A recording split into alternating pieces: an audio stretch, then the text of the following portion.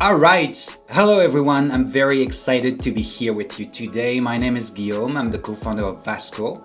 And with me today, we have Jordon, CEO of Set to Close, one of the leading HubSpot agencies in the world. Our two companies have been working very closely in the past few weeks and months, and we've been discussing a lot about the new trends in revenue operation, what's to come in a world that is reshaping almost every quarter with AI. But before we dive in, maybe can you say a few words about yourself, Jordon, your background, and what Set to Close does? Absolutely. And thanks for having me today. It's been a really exciting journey working with your guys' team. So we're based out here in British Columbia, Canada. We're about 30 people strong. And the difference between us and other HubSpot partners is we specialize in revenue operations, exactly what Vasco supports. And we built our team around that. I actually myself have a master's in supply chain management, international logistics. So my entire background has supported coming into things that have process and working within that, within systems. And we designed our entire team with a sales and revenue operations focus that essentially uses tools just like Vasco to help show people pictures that they want to create, but allowing them to milestone things along that. So for us, we've built our whole business around good partnerships and helping clients grow versus traditionally just saying, hey, we'll help with an onboarding or an integration. It's all about revenue and ROI focus. It's a big difference in the industry. So you really go beyond simple HubSpot and CRM configuration. You really help them build that revenue factory.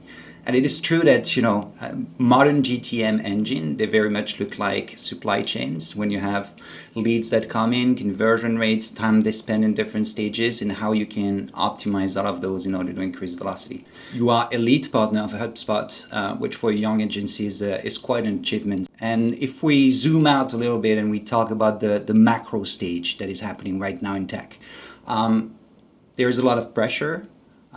Growth at all cost is over. We started to see a growth again in SaaS, but the current environment is putting again a bit of pressure on cost efficiency. You had a lot of insights that you shared with me. I'd love to hear you more about what you see currently in the market and how to best prepare for it. Well, what we see is that dynamic companies are winning. That's a really big. And what does that mean? When things are going well, they're still exploring new, different channels and options to grow. And I would say the majority of the mix that we see in companies right now is a focus on top of funnel.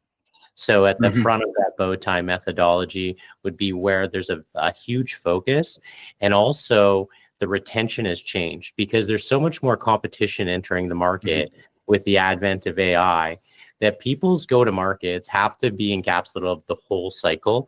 It can't just be a front end, jam it in, get as many sales as you can, because you're risking that momentum, because you're never going to get hyper growth as a company without retaining customers. And so what we're seeing right now is that most companies are struggling with top of funnel because there's so much noise. And a lot of the companies that aren't always working on their channels and developing new opportunities and understanding how attribution works for different marketing assets and different channels and how much they're spending, they don't know how to react in the market and they're failing. And other people are eating their lunch who are more dynamic. 100%. And I love that you focused on the two sides of the bow tie. I think most people, when they run diagnostic of their business, they focus on opportunity to close, they focus on pipeline, they focus on close rate and new AR. But actually where the magic happens is on the net revenue retention side of things. And the ability to retain the customer, to grow with them. I think with AI, most software solutions now have to be priced by impact. People are going to retain the solution that generate impact, and you need to show constantly that impact throughout the journey if you want to get that retention and that upsell. And you're right on the other side, the left side of the bow tie, demand generation. A great demand generation engine forgives everything else. You can have difficult close rates, you can have things that are complex on the other side, but when you have enough leads, then you don't have to force those bad ICPs into the closed one. You don't have to make custom features for your product so that you can sign that big deal. So demand generation is really very forgiving if you have the velocity that the business needs. Yeah, and it's really funny, like we view revenue operations a little bit different because we're old school salespeople. That's what we are. And we live and breathe that. So we're usually called upon to build sales functions in companies first and marketing second. And the reason that that is the case is because sales is fast and fun, and marketing can be slow and hard. And you can infinitely scale sales with a sales team. It's just more costly on your acquisition. And that's the nature of where we're brought in. So I think revenue operations is now shifting back to a relationship model. With the advent of AI, everything's trying to make fast decisions, but their fear index is very high right now in the market, in the world, in what's happening. So the importance of relationship and actually reaching out and having a human conversation is getting more and more, which we think it would go the opposite way. And I think it might in customer service and things like this, but I think in sales it's actually being accentuated. 100%. And I'd like to unpack a bit of this. You talked about the rising level of anxiety in the market. I think right now we're seeing a world where it's harder to get budget accepted, but still, revenue operation can be really the function for efficiency. You spoke also about the fact that there are different paces between marketing, sales, and so on. And I think one of the biggest gap I often see between RevOps and sales is that RevOps is building the system for long-term growth, while the average CRO is measured on every single quarter. And I think the average tenure of a CRO today is less than 18 months. So they need to win now. And there is kind of a conversation gap that exists between RevOps saying, we need to build that unified data layer, we need to build that infrastructure, we need to have data hygiene and so on, so that we can build the revenue engine that you mentioned that will make us win long term. But right now the conversation is about, in the sales room, like, how can we reduce sales cycle? How can we increase win rates? How can we increase pipeline and demand? And I think it's key to find that common language where RevOps can actually translate what they do into sales efficiency metrics, and that will unblock some projects and some budgets. I'd love to hear if you see similar trends happening inside those companies. I think in SaaS and tech, you're 100% true on that. I find that teams that train sales, marketing, and RevOps, and they cross-train one another, so they have respect for each other's positions, like old-fashioned cross-training and understanding how to work together and what it takes to build a new list with targeted ICP and the right data and the right research to go at, and what is the value of a lead, and making a more holistic experience to revenue generation is where teams are winning. And it's like playing a revenue game. And when you gamify it and they each understand strengths and weaknesses and the amount of input that goes into it, there's a higher level of respect. And one thing, even with new systems and RevOps, you can't take out is the human dynamic.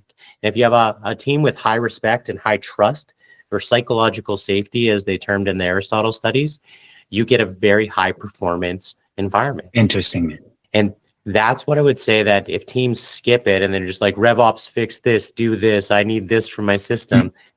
Well, it's always going to be broken. You're always going to turn CROs over because it's a people problem. It's a people issue. It's just like the best system in the world still takes human beings to run it, create it, and do it. And so often these great new CROs, they're very technical, but their people skills are in the toilet. That's why I think the best CROs come from sales, and they understand that people are very, very valuable. Right. So I always say, even though I'm a systems guy, I say it's people, process, then systems that succeed a business in that order. This is great. And building that holistic view of the business that you mentioned, so you understand everything from lead to cash and not building silos across your revenue engine. Exactly. And the biggest thing with a respect-based system is accountability. And one of the greatest things that Vasco, your tool, gives us is the fact that we can see exactly who owns that accountability at what time in the system. And then it's not a blame game. It's an understanding of how can we support that person? What is missing before in that cycle? What training's needed at what time? And it doesn't have to be after a month of low performance. It can be on a daily indicator, a weekly indicator that allows us to adjust quickly. and that rapid timing is making a difference. So people actually keeping themselves accountable, which I think is the new form of management, is great metrics and supportive character versus, hey, look at your number, it's terrible. Traditional management, like, how are you going to give me more pipeline today, right? And so I think things are drastically shifting where if you hire high levels of ownership inside your sales and marketing teams, they're holding themselves to account. And if they understand the system, they understand when it actually is falling on them. This is great. I love this framework. RevOps means different things at different stages. If you're 0 to 1 company, it's different. If you're 1 to 10 million AR, you have different needs, 10 to 20, 50, and so on. I'd love to hear you, because in Set to Close, you've seen so many of those examples. What should RevOps look like at each and every stage of the business? Yeah, so it very much depends on company goals and their skill sets internally. So one thing we have to understand is when we're looking at the revenue architecture models, is companies are in different ways of formation. There's sales powered ones, which are the very start. There's ones in process, learning to process and develop a leadership team. And then there's the scale up phase for hyper growth. And so we have to evaluate where they are and what timelines that they're in to make that assertion correctly. But when we say is RevOps should start right away, the best times for an agency is always between when you start on your GTM to get the right advice and the right foundational element built in at the beginning, because they really mess it up in time. It costs a lot more to come back and fix and clean up. And also making sure that you actually have an in-house team around 10 to 25 million. That's when you're adding your first RevOps employee. Now we run a fractional RevOps company because there's about 5 different disciplines inside revenue operations supporting the different sales and marketing and service and dynamic integrations that exist in that platform. So when you're thinking about it, you always want to add an employee, which is the day-to-day, what I need, I can rely on to grab the things to power my teams, and you're going to outsource the rest of that. And so it's going to be a moving target. Because as you grow, you're going to get more sophistication and hire more people. But when we start looking at RevOps, the best thing is to get a couple opinions. Come to a couple companies like mine and get an opinion, and then compare and contrast. What do we want to do internally? What do we want taken on externally? And then don't overestimate your capacity. As you and I both know, as founders of company, we take on too much. We say yes too often. And absolutely. Yeah, and no is your most powerful word for success. And so knowing that boundary, because yes, you could probably do it, but an expert like on your team or my team might be able to do it in 4 hours, where it may take your team 40. And so is it worth that effort and that gap without the expertise? I think you touched on something extremely important as well, is that people tend to think that RevOps is one role, one function, one specialty, but it's actually very different kind of skill sets. I'd love to hear you maybe on those 5 different skill sets. Yeah, so let's define it more on how we look at the architecture model, because I think it's most valuable that way. There's top of funnel, middle of funnel, and bottom of funnel. That's how it works. And so we have top of funnel skill sets, people that can draw lists, help write sequences, help get that sales team moving, connect some basic sales workflows, but they're usually what we'd call a sales coordinator in that RevOps role. They're really hands-on, taking feedback, maybe working in interconnection with marketing, really looking at the dashboards for sales and being that hand for the sales manager. That's one of the different disciplines that's very, very important and crucial for a younger company, because as you know, most of us are sales led, and that's where you usually begin. So most people listening to this will be in that function. And as you said, demand generation is absolutely key. So 100%. First role, could you expand on the other ones? Yeah, so let's talk marketing attribution, which is really important. This is a person who can develop workflows. They can hook up all of your different ad campaigns and different assets into a single dashboard and being able to see how that goes across the business. And they're able to work it. They have a year to sales or a line to sales where they're getting direct line feedback. Is this working? Is this not working? And they're able to work interdepartmentally to create better flows. This is for your nurture campaigns. Like let's say you have 100,000 contacts in your data bank and you're trying to move people back to MQL or marketing qualified lead. and they're trying to work those subsets and cycles. That's a second very important rule. So I think marketing automation and marketing attribution kind of falls under the same discipline, for lack of better words, but it is a large branch of skill set. Now, the next one, and this is probably the most important, has to do with retention. And people don't focus enough on here. We got a new client, we'll just hold them. They don't think about the plan. They don't think about the upsell. They don't think about the ticketing systems. So service is one of the most important roles you can have. We have a customer success manager, or you have a VP of customer success. This is where they live and focus, but they need to be supported by the right RevOps. So we need to know our cycles, our upsells potentials, what the market's telling us. So they have to have an ear to all of that at the same time. And that's very, very important. Now, the fourth position, and this is one that frustrates everyone because they actually have to understand sales, marketing, and service, is the systems integrator. And that systems integrator kind of sits aloft of everything and has to be able to tie these things together with revenue in mind.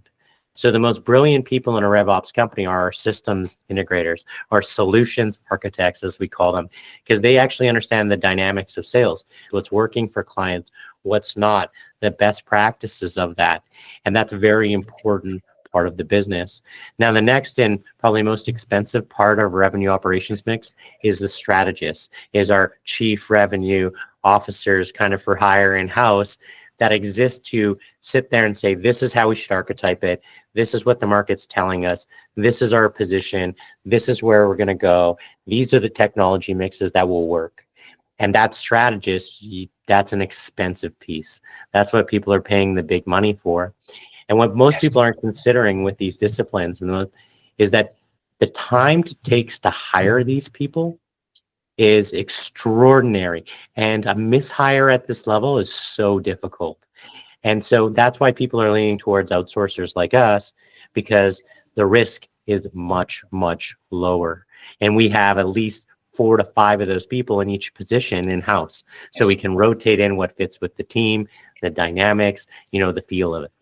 And it enables you as a company to pull in the resource that you need at the time that you need and the level of expertise that is needed for that. So I think it's absolutely critical. So we spoke a lot about AI, but what AI has enabled today is kind of a new role or function called GTM engineering. It's a new trend. Everybody talks about it. I'd love for you to unpack a bit of this. What is GTM engineering and how does it change the role of RevOps in modern companies? Well, that's a very dynamic question because it touches everything, right? And usually when we talk about go-to-market engineering, it's to find a type of system or way of approaching a market to do things more successful in less time. And so we're engineering the go-to-market itself. So when we look at GTM engineering, it's an ability to duplicate an effort that was proven in the past with reliability. GTM engineering is the lifeblood and the new way of doing something, because I can test something, let's say, at an office in Denver, and if it works there well, now I can lay that GTM premise across the board for everybody.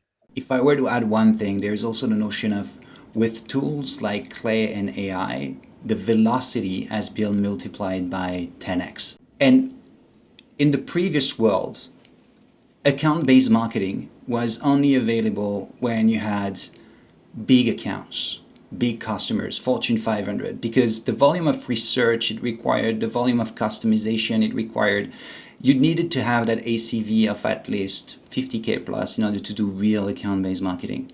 But now with tools like Clay and others, you can have signals based on intents. You can enrich lists in a few clicks, and you can apply account-based marketing at the person level. And when you think about this in terms of systems, it means that on your CRM, the volume of information has been multiplied by 10 as well. So it's really that feedback loop, I think, that RevOps can provide as demand generation start to be multiplied again by a factor of 10x to come back and give them a feedback on this is working, this is not working, you should be doing more of this and less of that.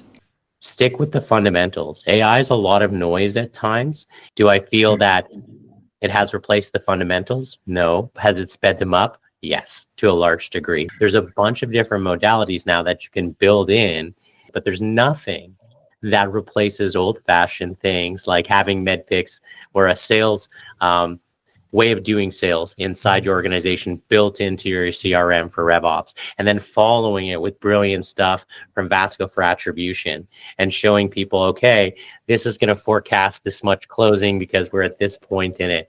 And AI has not replaced that yet. 100%. And I think coming back again to having the right level of seniority around the table, make sure that as a startup or a scale up that is trying to reach their next stage, their next fundraising, their next phase of ARR, you're going to have with AI thousands more data points. But I think everybody has a ton of reports. What they're lacking is insights. And having that right level of seniority and the right foundation is in place enables you to articulate the story behind the data. Because you can slice and dice thousands or a million of data points. But what does it mean? What is the inference? What is the consequence or the next action that should be supported by that insight? Requires a bit of seniority and requires still today a human in the loop in order to interpret and then to make the modifications. For the moment. For the moment. So we spoke about the trends and the importance of RevOps, but how companies like Set to Close can really transform the revenue operation teams within startup and scale up and make it real. So in-house, we got a formula. We like to say clarity plus control equals certainty of outcome. And so if we have the right clarity of vision of what we're going to do, and we have the right control of our numbers and how do we scale them, we can get the certainty of where we want to go in our business. And so we express that and we build that into the constitution of every client. And at Set to Close, this is the thing, is we like to work off, as you've seen, methods that are proven, whether it's a revenue architecture, Bowtie methodology that Vasco's brought alive so vividly with your tool, or it's where we are so compelled to use it because it is the best that exists. And that gives the clarity and value to our clients. Thank you so much, Jordon. It was a great pleasure having you. I'm super excited about the partnership we have between Vasco and Set to Close. Before we leave, any last words? Just everybody take your first step into RevOps. Trust amazing systems like Vasco and get great partners around you to support you, because there's 5 different disciplines in RevOps. You may hire one, but it's okay to say yes to support for the rest. That's great.